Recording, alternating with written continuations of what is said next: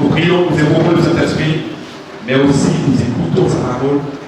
Nous nous laissons instruire pour que, par sa grâce, nous marchions selon le Seigneur.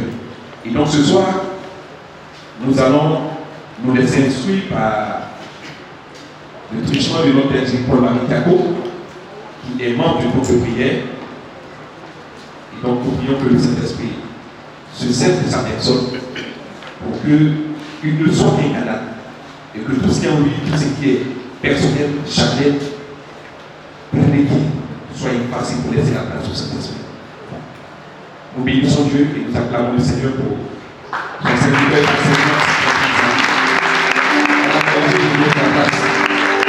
la personne du Saint-Esprit, ils m'ont mis dans les gros par parce que c'est un thème autrement et purement théologique. Le développer dans le temps d'une partie serait vraiment, voilà, mais on fera la place avec l'Esprit Saint du pouvoir y arriver. Merci, cher Berger, mon Moyau, dans le cadre de ce lagon pour ce temps de grâce. Bien aimé, à travers ce thème, ce que nous voulons de vous, que vous soyez des dévots du Saint-Esprit, des personnes attachées à la personne du Saint-Esprit pour vivre avec lui, pour vous laisser conduire par lui, vous laisser inspirer par lui, vous laisser embraser de son amour. Alors pour y arriver, je propose un plan en 4 points qu'on va développer ensemble, bien aimé. Le premier point à développer, le Saint-Esprit dans les Saintes Écritures. Deuxième point, petite étude sur la personne du Saint-Esprit. Le troisième point, le Saint-Esprit dans l'Église. Et le quatrième point, le Saint-Esprit dans la vie du chrétien. Le verset que je propose, Genèse chapitre 1, verset 1 à 2. Il est écrit, lorsque Dieu commença à créer le ciel et la terre était déserte et vide, et les ténèbres à la surface de l'abîme. Le souffle de Dieu planait sur les eaux. Les premiers versets de la Bible, livre de Genèse, déjà nous montrent, déjà parle de l'Esprit Saint, parle du Saint-Esprit. Deuxième verset que je propose, frères et sœurs, Ésaïe 11, versets 1 à 2. Un rameau sortira de la bouche de Jessé, un rejeton jaillira de ses racines. Sur lui repose l'esprit du Seigneur, et le test va développer l'esprit de sagesse et d'intelligence, l'esprit de conseil et de force, l'esprit de connaissance et de crainte du Seigneur. Dans la Bible, dans l'Ancien Testament, il y a beaucoup de versets qui parlent de l'Esprit Saint. Je vais laisser ces quelques versets pour aborder les versets du Nouveau Testament qui parlent de cet esprit. Et je propose pour cela Jean chapitre 1, verset 32. Et Jean porta son témoignage en disant, quand le cœur parle de Jean, c'est Jean le Baptiste. Jean qui a baptisé Jésus dans le Jourdain. Et Jean porta son témoignage en disant, j'ai vu l'Esprit tel une colombe descendre du ciel et demeurer sur Jésus. Un homme qui témoigne de ce qu'il a vu. L'Esprit Saint, en principe, est invisible. Mais ce jour-là, Dieu a voulu se rendre visible. Il a pris la forme corporelle d'une colombe. Et Jean témoigne. J'ai vu l'Esprit de Dieu descendre sur Jésus sous l'aspect d'une colombe. Le Nouveau Testament montre bien que l'Esprit Saint existe et agissant. Le deuxième verset que je propose, professeur, c'est Jean, chapitre 20, verset 22. Et Jésus dit, ayant ainsi parlé, Jésus, et la Bible dit, autant pour moi la Bible dit, ayant ainsi parlé, Jésus souffla sur eux et leur dit, recevez l'Esprit Saint. Jésus lui-même souffle l'Esprit Saint sur les apôtres. Et le dernier verset qu'il propose, c'est Actes chapitre 2, verset 1 à 2, la Pentecôte. Nous connaissons l'histoire. Un grand bruit et des lames de feu. L'Esprit Saint est descendu sur les apôtres sous forme de lames de feu. Bien aimé, le premier point s'achève. Le Saint-Esprit par la Sainte Écriture. Il y a légion de versets qui parlent de lui. On ne peut pas le citer. Le deuxième point que je propose comme méditation et réflexion, petite étude sur la personne du Saint-Esprit. À travers cette partie-là, c'est juste montrer que l'Esprit Saint n'est pas une chose, mais une personne. Amen. Et premièrement, on parlera des faits relevant de la personne de cet esprit à partir toujours de la Bible. Dans la Bible, il y a des versets qui disent, qui montrent que l'Esprit Saint n'est pas une chose, ni une puissance, ni une force. On a tendance à prendre l'Esprit Saint pour une puissance, pour une force. C'est un langage. Comme le français est faible, Dieu concède. L'Esprit Saint n'est pas une puissance. Il est Dieu qui déploie cette puissance. Il n'est pas une force. Il est Dieu qui déploie cette force. Nous faisons des erreurs. Les théologiens sont sévères. Ils disent que l'Esprit Saint n'est pas une force, n'est pas une puissance, mais il est Dieu qui dégage cette puissance. Amen. Alors c'est pour montrer qu'il n'est pas une chose qui a vu, qui peut témoigner de ce qu'elle a vu. Et Jésus dit quoi? L'Esprit Saint qui viendra, il va témoigner, non pas de lui, mais de ce qu'il aura entendu, de ce qu'il aura vu, pour glorifier le Père, manifesté en Jésus-Christ, notre Seigneur et Sauveur. Amen. L'Esprit Saint est une personne. L'Esprit Saint nous convainc du péché. Ah, l'Esprit Saint convainc du péché. Jean chapitre 16, verset 8. C'est grave ce verset quand on entend ça. Il convainc du péché. Dieu nous convainc de ce que nous faisons est péché. Si l'Esprit Saint le fait, c'est qu'il connaît ce qui est bon, ce qui n'est pas bon. Alléluia. Au verset qu'il propose, l'Esprit Saint inspire l'Écriture et parle par l'Écriture. 2 Pierre 1, 21. Il inspire l'Écriture et parle par l'Écriture. On va simplifier les compréhensions et les réflexions en nous limitant seulement à la Bible. L'Esprit Saint inspire les auteurs de la Bible. L'Esprit Saint inspire les pères de l'Église pour retenir les écrits qui vont faire ce qu'on appelle le canon biblique, c'est-à-dire les livres de la Bible, ce qu'on appelle le canon. C'est l'Esprit qui inspire les écrits des auteurs et celui qui inspire ceux qui doivent décider de retenir tel livre ou tel autre livre. Amen. L'Esprit Saint, en tant que personne, intercède pour nous. Romains chapitre 8, verset 26. Et là, il est clairement dit, nous ne savons pas prier, mais l'Esprit Saint s'associe à nous et en nous formule des intentions de prière de manière jaculatoire, de manière jaillissante. Une chose n'intercède pas, une puissance n'intercède pas, une force non plus. Seule une personne est capable de formuler des prières. L'Esprit Saint, Dieu, nous le communique pour qu'il nous aide à comprendre. Il nous aide à comprendre les mystères du royaume pour demeurer la profondeur de la connaissance en vue de formuler des intentions qui vont plaire à Dieu pour qu'on soit exaucé. L'Esprit Saint est avec la volonté. Les choses n'ont pas de volonté. Amen. 1 Corinthiens 12, verset 11. Il donne ses dons à chacun comme il veut. Si on parle de vouloir, c'est qu'il y a une volonté. Il y a une personne. Et l'Esprit Saint est le dispensateur des talents spirituels, des dons spirituels. Et c'est lui qui a charge la Trinité de répandre sa grâce. Comme il veut, à qui il veut, mais aussi selon notre demande. Seigneur, j'ai vu ça, il nous donnera. L'Esprit Saint est une personne qui donne. L'Esprit Saint a une pensée. Bon, là, en philosophie, on va plus loin. Qui sont ceux qui ont des pensées?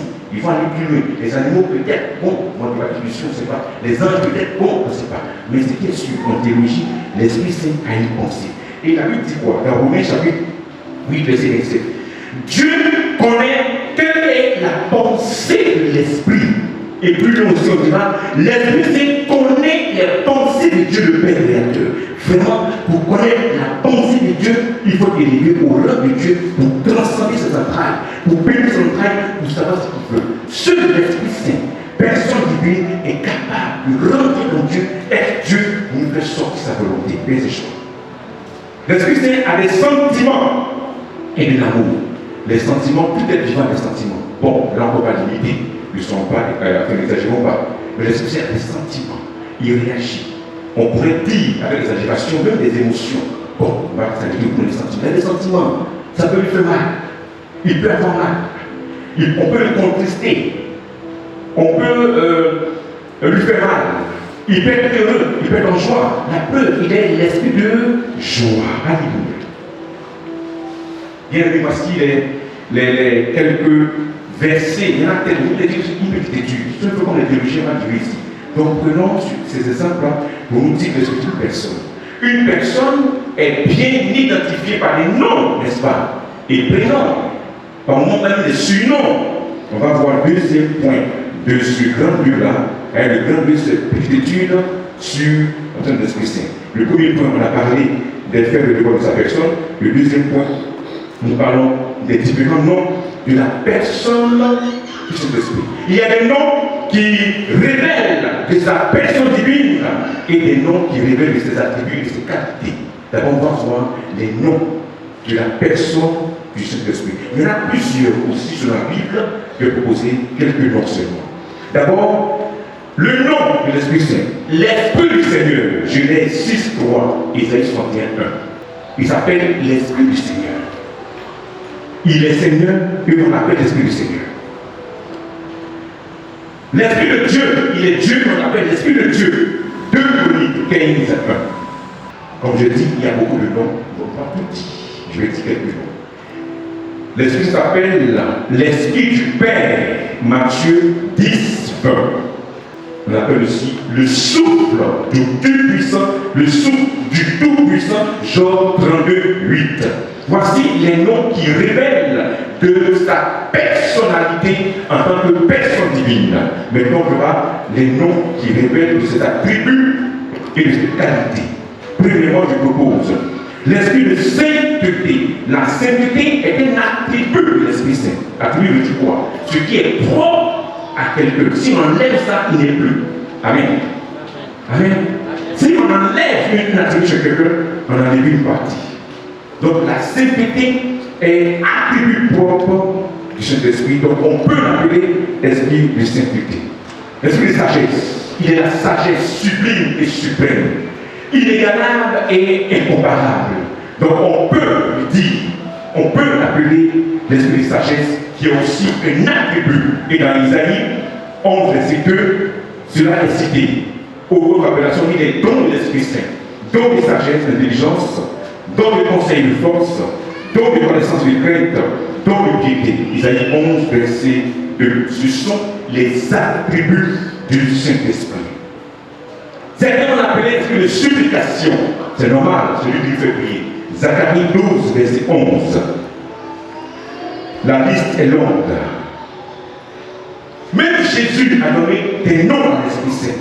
Il appelle le Paraclet. Jean 14, 16. Même Jésus a dit, il est mieux que je parte pour que vienne le défenseur. Il faut qu'on dira la vérité tout entière. Amen. Et Saint Paul aussi va donner des noms. L'esprit de la promesse, Galates 3, 14. L'esprit d'adoration, Romains 8, 15. Il y a beaucoup de noms. Donc mon frère, toi aussi, tu peux donner un nom à l'Esprit Saint. Sinon, c'est pas fait pour toi. Alléluia. Amen. Tu peux l'appeler parce qu'il a fait pour toi. Tu peux lui dire Esprit Saint qui bénit, esprit de bénédiction. Bénis ça, alléluia. Esprit de bénédiction, bénis-moi. Il va te répondre, oui, mon fils, que veux-tu? Bénis-moi, il va te bénir. Alléluia. Même Saint Pierre, aussi dans les noms, l'enseignement de l'Église sur la personne de l'Esprit. Cette partie-là, les gens ont déjà réfléchi pour nous. Tu n'es plus à ne débat discuter. Non, il n'y a pas l'Esprit Saint. Et cet Esprit Saint, c'est qui? Non, ils ont déjà réfléchi. Depuis l'Église à l'Église, les théologiens, les biblistes, les spécialistes, les islamistes, ils ont déjà réfléchi pour nous. Ils disent quoi? Ils disent que l'Esprit Saint est Dieu depuis toute éternité. Dieu qui était et qui vient. Il est Dieu, un mot technique, il est consubstantiel au Père et au Fils. En langage ivoirien, c'est les mêmes choses que Dieu. Voilà, en langage ivoirien, même chose que Dieu. De même nature divine, ce que Dieu le Père est, Dieu le Fils est, l'Esprit Saint aussi est. On parle de consubstantialité. Amen. L'Esprit Saint mérite même l'adoration et une gloire. J'ai dit, ils ont déjà réfléchi pour nous, nous on prend, et puis on prie avec. Il est la troisième personne de la Sainte Trinité. Quand la troisième personne, ce n'est pas par ordre de mérite, ce n'est pas parce que Dieu le Père est premier, après Jésus vient, après l'Esprit Saint. Donc l'Esprit Saint est en bas de Jésus. Non, c'est pas ça. Comment il faut bien commencer par un numéro et par quelqu'un, c'est pourquoi il y a le numéro 3. Sinon, ils sont consubstantiels. De même divinité, enfin de même nature divine. Ils sont pareils. Il n'y a pas un qui est au-dessus de l'autre. Jésus n'est pas supérieur au Père, le Père n'est pas supérieur à l'Esprit Saint, l'Esprit n'est pas supérieur à Jésus. Paix et joie. Paix et joie. Voilà. Comme le langage humain est faible et pauvre, il faut bien des mots pour indiquer et identifier. Donc on dira, premièrement, Dieu le Père. Deuxièmement, Dieu le Fils. Troisièmement, Dieu l'Esprit Saint. En vérité, ce n'est pas un ordre chronologique pour un classement. Non, ce n'est pas ça. C'est juste des mots pour dire que, voilà, il faut bien commencer à quelque chose. Paix et joie. Après les deux points, le premier et le deuxième, le troisième point que je propose dans le développement. Le Saint-Esprit dans l'Église. Alléluia. À ce point, avant de le développer, je propose un rappel. L'Église, institution, c'est-à-dire quoi? L'Église en tant qu'institution, c'est faite lorsque Jésus a dit à Pierre, tu es Pierre, sur cette pierre, je bâtis mon Église. L'Église a été déjà constituée. Après, il a institué l'Eucharistie, il a donné les instructions, la supplication, tout ça. Mais lui, il a dit, attendez d'abord. Avant que l'Église soit missionnaire. Donc, deuxième point, l'Église missionnaire a commencé à la Pentecôte. Jésus a dit, attendez, vous allez recevoir une force. C'est du Saint-Esprit. Et j'aime ce verset. La Bible ne dit pas une force, le Saint-Esprit. Une force bidule, celle du Saint-Esprit, et vous serez témoins. Vous allez proclamer. Donc l'Église missionnaire a commencé à la Pentecôte. Amen. L'Esprit Saint est l'Église.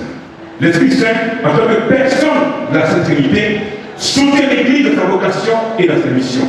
Si l'Esprit Saint n'était pas là, il y a longtemps, les catholiques ont disparu. De toute façon, nous avons persécuté depuis avant qu'on s'en avec nous, on continue encore de persécuter. Et il paraît que les catholiques, c'est la salle d'attente de l'enfer. Il paraît. Que Dieu bénisse cette langue qui a dit ça. L'Esprit Saint sanctifie et gouverne l'Église. Amen. Très souvent, on ne comprend pas ce que l'Église décide par moment. Bon, pourquoi l'Église attend, on ne comprend pas. Mais Dieu passe son temps. Que Dieu le salue, c'est un son, il est dit 1000 ans pour Dieu. C'est quoi le jour pour moi? Un jour. Pierre va dire, c'est comme une heure qui s'évanouit dans la nuit. 1000 ans pour Dieu, c'est comme une heure qui s'en va dans la nuit. Donc Dieu prend son temps pour travailler l'enseignement, pour nous comprendre, pour nous transmettre au fur et à mesure. Il purifie, sanctifie et il place en nous, ça devient en son Église. L'Esprit Saint instruit les pères de l'Église, les autorités et les gouverneurs de l'Église. Les instruit. C'est lui qui les instruit. Que l'Esprit Saint les instruit. Imaginez-vous si nous, comme ça, nous, petits péchés, on est assis ici, on vous parle. Bon, et les évêques. Ah, ok. Souvent, on pense que dans la révélation, que les autres, je suis désolé, hein. Faites attention. Dieu t'a révélé un peu des images, des visions. Dieu me parle, hein. Dieu me parle, attention, et les évêques. Et ceux qui ont commencé avant toi. Amen. L'église de la révélation, hein, oui, ça, on s'appuie quand même. Amen. C'est l'Esprit qui instruit les pères de l'Église, les autorités et les gouvernants. Pour terminer en disant que c'est lui qui inspire l'enseignement de l'Église, qu'on appelle le magistère. Donc ce qu'on enseigne, ce n'est pas la volonté du pape qui a dormi, qui a fait rêve, c'est lui, bon, je suis dans la table comme ça. Non. Amen. Donc ce que l'Église dit, qui devient l'enseignement officiel, l'Esprit Saint a raffiné de volonté, des pensées, il a dit oui, c'est sa fête. Faites attention. Donc ce qu'on enseigne à l'Église, c'est pas tordu. Souvent on entend dire, mais pourquoi les catholiques, il y a Marie, il y a statue, pourquoi on a envie de défendre, la Bible est dit. On n'est pas là pour ça, on va aller démontrer ici que c'est, voilà, paix et joie, pas l'Esprit Saint. Mais sache que ce que l'Église enseigne là, c'est l'Esprit Saint qui a bien inspiré, il a bien travaillé, il a bien transmis, il enseigne, il a bien communiqué, paix et joie. Le quatrième point que je propose dans le développement, il est le point si je ne me trompe pas, c'est le Saint-Esprit dans la vie du chrétien. Qu'est-ce qu'il fait, l'Esprit Saint dans notre vie du chrétien? Qu'est-ce qu'il fait? Ça dépend de nous. Hein. Si on veut qu'il travaille, on va l'associer. On va l'associer. Et le chrétien devrait en principe associer l'Esprit Saint dans toutes les dimensions de sa vie. Mais on remarque que l'Esprit Saint, on l'appelle seulement quand on veut gêner, quand on veut prier. Seigneur, je vais prendre 21 jours secs. Donc soutiens-moi. À 13h30, 30 d'estomac. Je dis ça, c'est la tentation, ça. Je brise. Je brise. Est-ce que tu l'appelles pour Dieu? Amen. Comme le fait de veille. Voilà notre église catholique dit que le mois de février est le mois dédié à l'Esprit Saint. Mais combien de ça? Combien de célèbres? Combien de magnifiques en février? On attend quel mois? Mais, inspirez cet été, Pentecôte, c'est tout. Or, il y a un mois entier pour le célébrer, pour le magnifier. Mais on ne le fait pas. À cause de quoi? C'est pas là. On est branché. Maintenant, on fait erreur. C'est l'esprit là, mou. Je ne peux pas vous mettre pour l'appeler. Alléluia. C'est parenthèse. L'Esprit Saint opère en nous le changement. Il opère en nous une transformation progressive qu'on appelle la conversion. La conversion n'est pas seulement une volonté humaine. Elle associe notre raison, notre volonté et la grâce de Dieu. Et c'est le Saint-Esprit en personne qui se joint à nous pour nous apprendre à changer. C'est lui qui nous change. Mais à condition qu'on souffre à lui. Il tape, je suis là. Si vous n'entrez pas, il va pas entrer. Et il faut associer l'Esprit Saint dans notre vie tous les jours. Je dis très souvent que même quand on marche l'Esprit Saint, avec quoi je vais marcher, ça paraît ridicule, ça paraît utopique, mais c'est ce qu'on va faire. On ne va pas attendre seulement qu'on vienne à la messe pour dire Seigneur, dispose-moi en pensant. Non. Donc tout ce qu'on va faire, le chrétien devant en principe invoquer l'Esprit Saint. Pour parler plus français, il doit même l'invoquer, lui demander de venir pour faire ainsi avec toi, avec moi. Nous devons associer l'Esprit Saint dans tout ce qu'on va faire. Les étudiants comme nous autres, les élèves comme nous autres. N'attendons pas la vérité des capis, lui qui crée l'écrit. C'est maintenant qu'on s'appelle le béni créateur pour une restauration intellectuelle. Pour qu'en soudain, tous les domaines, il faut qu'on associe. Tu as un rapport de stage à faire, un rapport de mission à produire, un travail à produire. L'Esprit Saint, viens, éclaire-moi, tu seras le meilleur. Tu vas transcender de tous les rapports du service que nous avons fait pour toi, parce que tu as dit l'Esprit Saint, viens, je vais faire, l'impact sera réel et visible. L'Esprit Saint nous aide dans le processus de sanctification, bien aimé. Ce sanctifier le processus, ça commence, ça prend fin à la mort. Ceux qui sont morts n'ont plus droit à la sanctification, c'est fini pour eux. Mais tant que tu vis, apprends à te sanctifier. Contre-toi du péché. Vis conformément à ce que tu veux, tant que tu vis. Et c'est un exercice qui se fait tout le long de la vie. L'Esprit Saint dispose notre raison et notre capacité intellectuelle dans la lecture de la Bible et de la méditation de cette écriture pour une bonne et meilleure connaissance, compréhension et interprétation. Comment tu peux lire la Bible sans demander à ce que c'est devenu?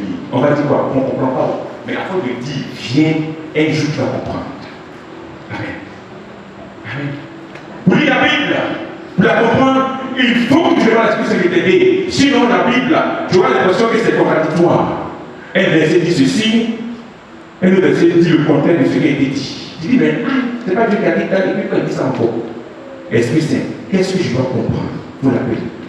Si au début tu vois rien, comme il va dire, je ne sens rien, grâce à un jour, il faut demeurer, pour persévérer. Le chrétien n'aime pas attendre. Si on est habitué aux pratiques occultes, là, dès qu'il est là, Seigneur vient même qu'on veut qu'il agisse. Oui, c'est vrai. Mais souvent, Dieu prend son temps dans la transformation, dans la lenteur, de la précision, de l'efficacité. Que Dieu bénisse précision de précision. Alléluia. L'Esprit Saint nous donne l'intelligence dans le discernement des faits naturels et surnaturels. On veut séparer ce qui est ténèbres de ce qui est des ténèbres de la lumière. On veut séparer de ce qui est ténèbres de ce qui est de la lumière. Aujourd'hui, là, si tu n'as pas l'Esprit Saint pour discerner, on va mal lier la vie. Parce que tout le monde va clair. Tout le monde est prophète. Tout le monde a une nation. Tu n'as pas l'Esprit Saint. tu as fait erreur. Comme ces Ivoiriens, tu vas taper beaucoup. Il faut être un dévot de l'Esprit Saint dans la patience et l'espérance pour avoir la conduite et le chemin à prendre. Sinon, tu vas t'égarer. Soyons patients. C'est une personne qui veut nous aider à demeurer dans la grâce et l'abondance. C'est une personne qui veut nous aider pour que nous soyons toujours dans la faveur de Dieu, dans la grâce de Dieu. L'Esprit Saint, qu'est-ce qu'il fait en tant que personne divine? Il oriente et féconde nos prières si nous l'associons et le consultons. Romains 8, 26, l'université. L'Esprit Saint, qu'est-ce qu'il fait? Il participe à la construction de notre vie de prière et nous fait grandir spirituellement, bien aimé. L'Esprit Saint participe. Une vie de prière se construit. Mais comment la construire? L'architecte, c'est l'Esprit Saint. L'ingénieur, c'est l'Esprit Saint. L'entrepreneur, c'est l'Esprit Saint. L'ouvrier, c'est toi. Conclusion. Bien aimé, il faut faire de l'Esprit Saint un ami, un partenaire, un guide. Pour cela, il faut qu'on s'attache vraiment à lui. Quelles sont les actions qui t'attirent, qui favorisent sa présence? La Bible et les prières à l'Esprit Saint. Nous avons des vocations, le lever, les hymnes, les litanies, les chants de l'Esprit Saint. Il faut aimer Dieu, sa parole, ça tout le monde fait. Pour être ami de l'Esprit Saint, il faut aimer Dieu, sa parole, tout le monde fait. Mais, pour être ami de l'Esprit Saint, il faut aimer l'homme. Là, c'est difficile. Ça, tout le monde ne le fait pas. Si tu n'aimes pas ton prochain, c'est pas sûr que l'Esprit Saint soit ton ami. Et donc, aimer, c'est sans distinction, sans jugement, un regard neutre et inconditionnel. Lui là, non, ne fait pas. Non, si tu dis ça, parce que ça va. Il faut aimer l'homme. Tu veux que l'Esprit Saint soit ton ami, il faut être un homme de vertu et de prière. Il faut aimer tout ce qui est bon. Il faut aimer de prière. En particulier, il faut développer la prière d'oraison. Si tu veux être un ami de l'Esprit Saint, un partenaire, si tu veux qu'il soit ton ami, ton partenaire, il faut aimer la création. Tout ce que tu as créé, il faut aimer ça, car c'est lui qui a tout disposé pour que Dieu, en parlant, cela existe. Il faut aussi avoir le désir du ciel. Ah, il faut avoir le désir du ciel. Il faut avoir le désir du ciel. Si tu veux que l'Esprit Saint soit ton partenaire, ton ami, que Dieu nous fortifie, Dieu nous bénisse, qu'il nous sanctifie. À lui l'honneur, la puissance et la gloire pour les siècles sans fin. Amen.